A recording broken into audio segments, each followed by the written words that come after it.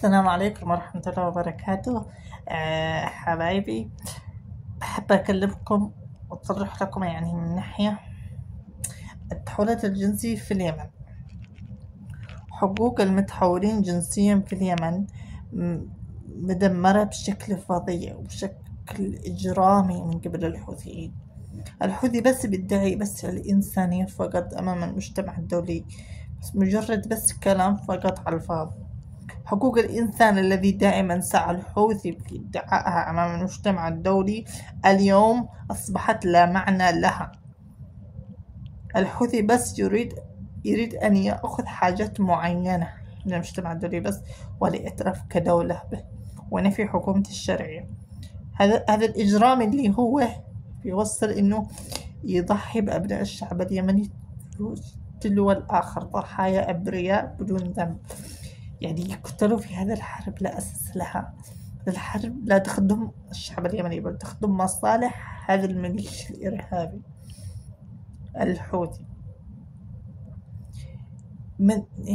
أصبحت العاصمة اليمنية صنعاء كدولة محتلة، هذه محتلة من قبل جماعات إرهابية. هي الجماعات الإرهابية هي مجرد عناصر مرتزقة تسعى إلى استيلاء للسلطة وخداع الشعب اليمني وغسل دماغهم بأن الوجه الحقيقي لهذا الحرب وهذا الولايات المتحدة ودول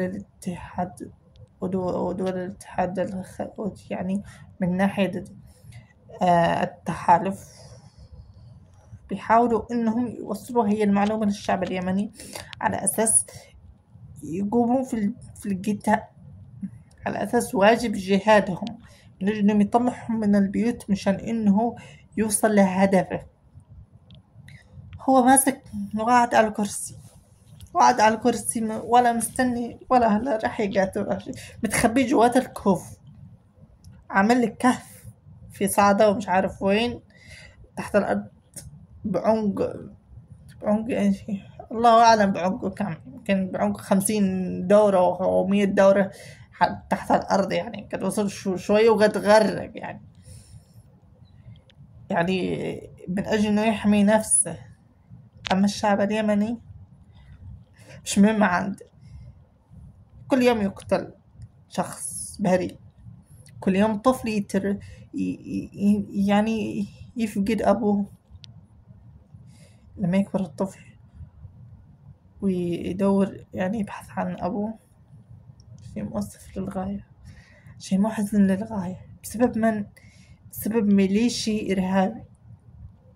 لما يطلع طفل من بطن أمه وهو مشوه فيكبر في نظر المجتمع على أنه هذا الشخص من السبب في تشويهه. اعتبره الحوثي. لما انه ينهبوا المال العام وميزانية الدولة من اجل مصالحهم الشخصية ومن اجل الثراء الفاحش، والشعب اليمني بيموت جوع متشردين في جميع دول العالم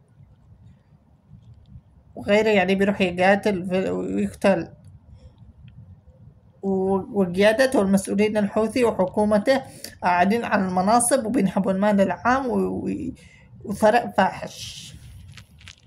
ويجي يقول لك التغيير الجذري، تغيير حكومة، تغيير جذري.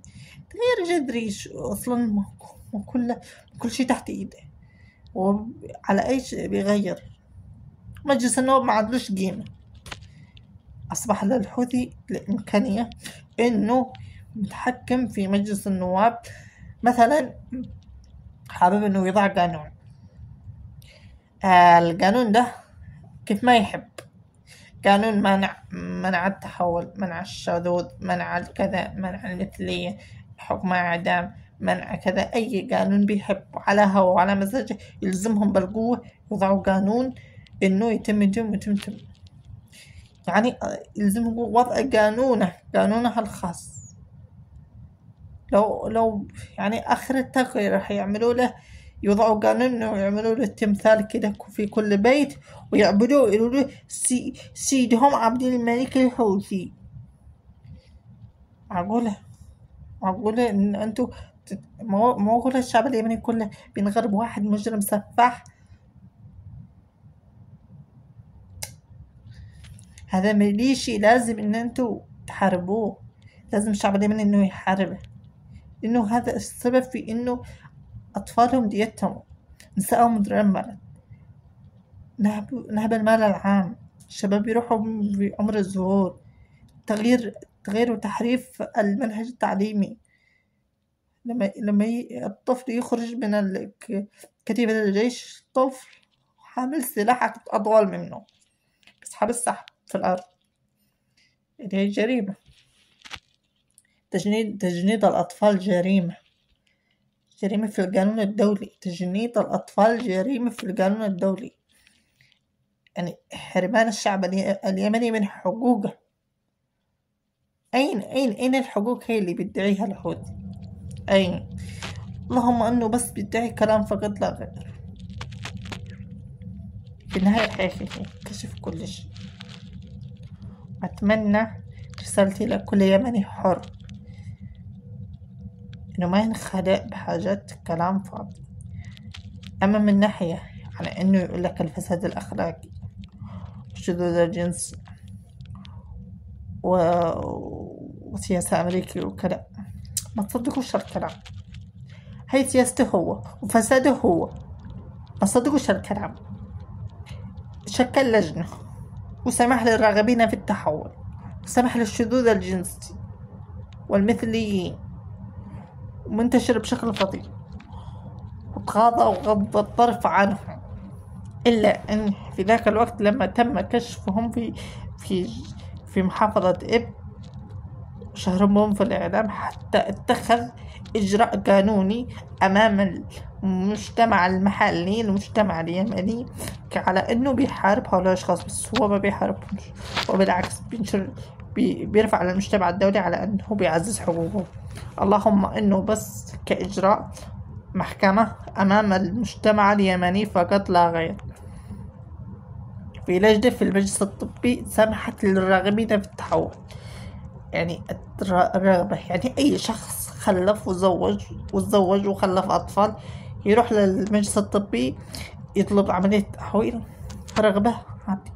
تشوفه مخلف وسنه 30 سنة ويروح يطلب تحويل عادي، أصبح شيء عندهم عادي. ويروحوا يقولوا القولة بحسب الشعب اليمني مشان يروح يقاتل الفساد الأخلاقي، سياسة أمريكية، سياسة بريطانية، دمار المجتمع، معكم كلام غير كده. ربنا يخلص اليمن من كل محتل.